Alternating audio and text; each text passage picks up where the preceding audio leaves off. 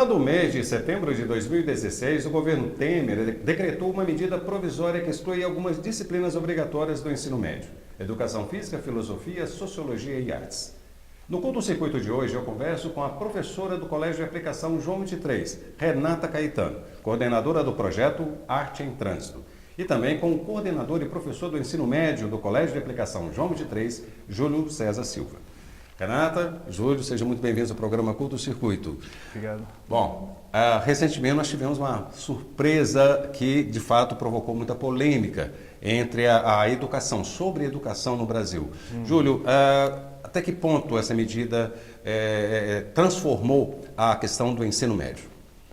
Então, essa medida vai afetar profundamente as escolas, né? Se ela entrar em vigor mesmo, a partir do ano que vem, como promete aí o governo, porque vai mexer na estrutura de ensino, né? Vai mexer na forma como as escolas estão organizadas atualmente. Vai afetar desde a carga horária, porque a previsão é que as escolas passem a funcionar como escolas de tempo integral. Para você ter ideia, hoje a Lei de Diretrizes e Bases determina que a escola tem que funcionar um mínimo de 800 horas por ano. Com essa medida provisória, as escolas vão passar a funcionar 1.400 horas por ano. Ou seja, praticamente vai dobrar a carga horária, né? Isso, praticamente vai dobrar. O outro efeito disso é mexer na organização dos conhecimentos mesmo, das disciplinas, dos conhecimentos. A medida mais drástica aí, que é a exclusão de algumas disciplinas, né, como artes, educação física, e uma proposta meio obscura de fusão de outras disciplinas que não serão excluídas. No caso, seria juntar uma ou duas, três disciplinas em uma só? Seria essa transformação? Essa transformação, exatamente. Isso é uma coisa que pode manifestar uma aparência de coisa boa, de coisa transdisciplinar ou interdisciplinar, mas na verdade é só enxugamento, não existe nenhuma concepção pedagógica mais profunda por trás disso, né? Renata, você tem um projeto que chama Arte em Trânsito. Exatamente dentro dessa área, né, que essa medida provisória do governo Temer excluiu recentemente. Qual a avaliação que você faz com relação à exclusão das artes no ensino médio? Bom, eu acho lamentável que isso aconteça da forma como está acontecendo, sem um debate com os professores, porque nesse formato de medida provisória, a linha de frente da escola, que são os professores, que são os alunos, que são os funcionários, não foram ouvidos, né? E aí a gente tem, por exemplo, Arte em Trânsito, no Colégio de Aplicação João 23, todas as turmas do primeiro ano do ensino fundamental até o terceiro ano do ensino médio têm aulas de artes visuais. Agora também tem aulas de música, né, em alguns anos. E quando a gente faz esse evento e a gente tira o que é feito dentro de sala de aula para os corredores, é mais do que pegar o trabalho do aluno e colar na parede nessa mostra. Tirar a arte da sala de aula e transformar, ou seja, passar para fora da sala de aula. Exatamente. Então, é mais do que pegar e fazer um trabalho escolar de mostrar o que está acontecendo. Não, a gente faz todo um trabalho curatorial de montagem das exposições de forma a provocar o olhar. E aí, quando a gente termina o evento, como agora está terminando, a gente vê que a gente não trabalha só na formação dos alunos em sala de aula, mas trabalha na formação do pai que frequenta, da mãe que frequenta o colégio para buscar o filho ou a filha, dos funcionários que não têm contato com artes, mas que ali naquele momento eles estão vendo um artista trabalhando, estão vendo o trabalho que o aluno está desenvolvendo. Então, esse é um movimento fundamental de formação, não só cultural, mas de formação do indivíduo, né, como um ser pleno.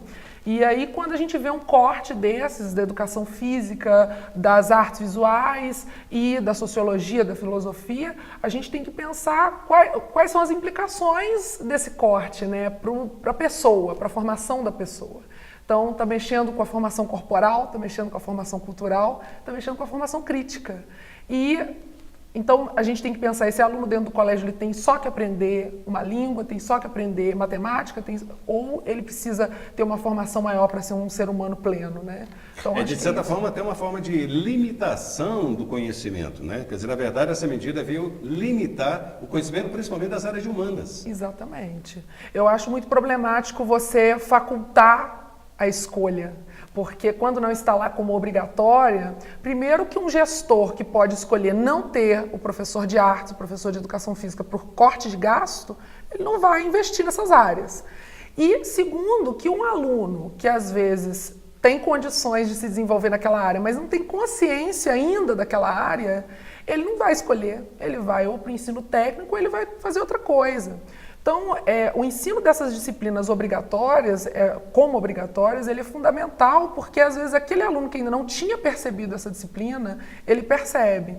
E é uma questão que a gente até trabalha no Arte em Trânsito. A gente não entende esses alunos que estão expondo como artistas, mas a gente lança proposições para eles e eles respondem artisticamente.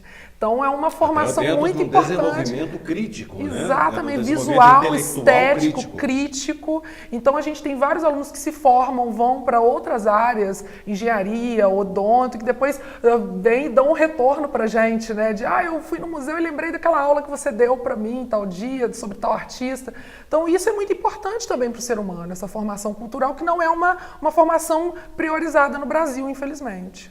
Júlio, dentro dessa questão, né, dessa mesma questão dessa medida provisória do governo Temer, quem são os maiores prejudicados? Os alunos ou os professores?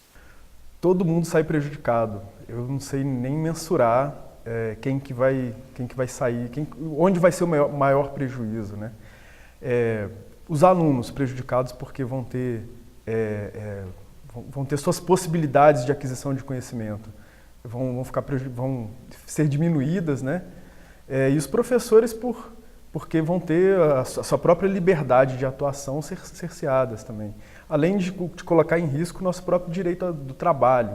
Muitos cargos vão ser fechados aí a partir dessa medida, se ela vingar mesmo. Imagina o seguinte, as escolas públicas que têm gestões democráticas, o efeito desses cortes de cargos ele pode ser minimizado. Mas onde não existe gestão democrática, onde as decisões são centralizadas, como escolas privadas ou até mesmo algumas escolas públicas sem essa cultura democrática, os professores de artes, os professores de educação física e professores ou de sociologia ou filosofia ou outra área ou outro campo de conhecimento das humanas, eles vão ter seus cargos em risco.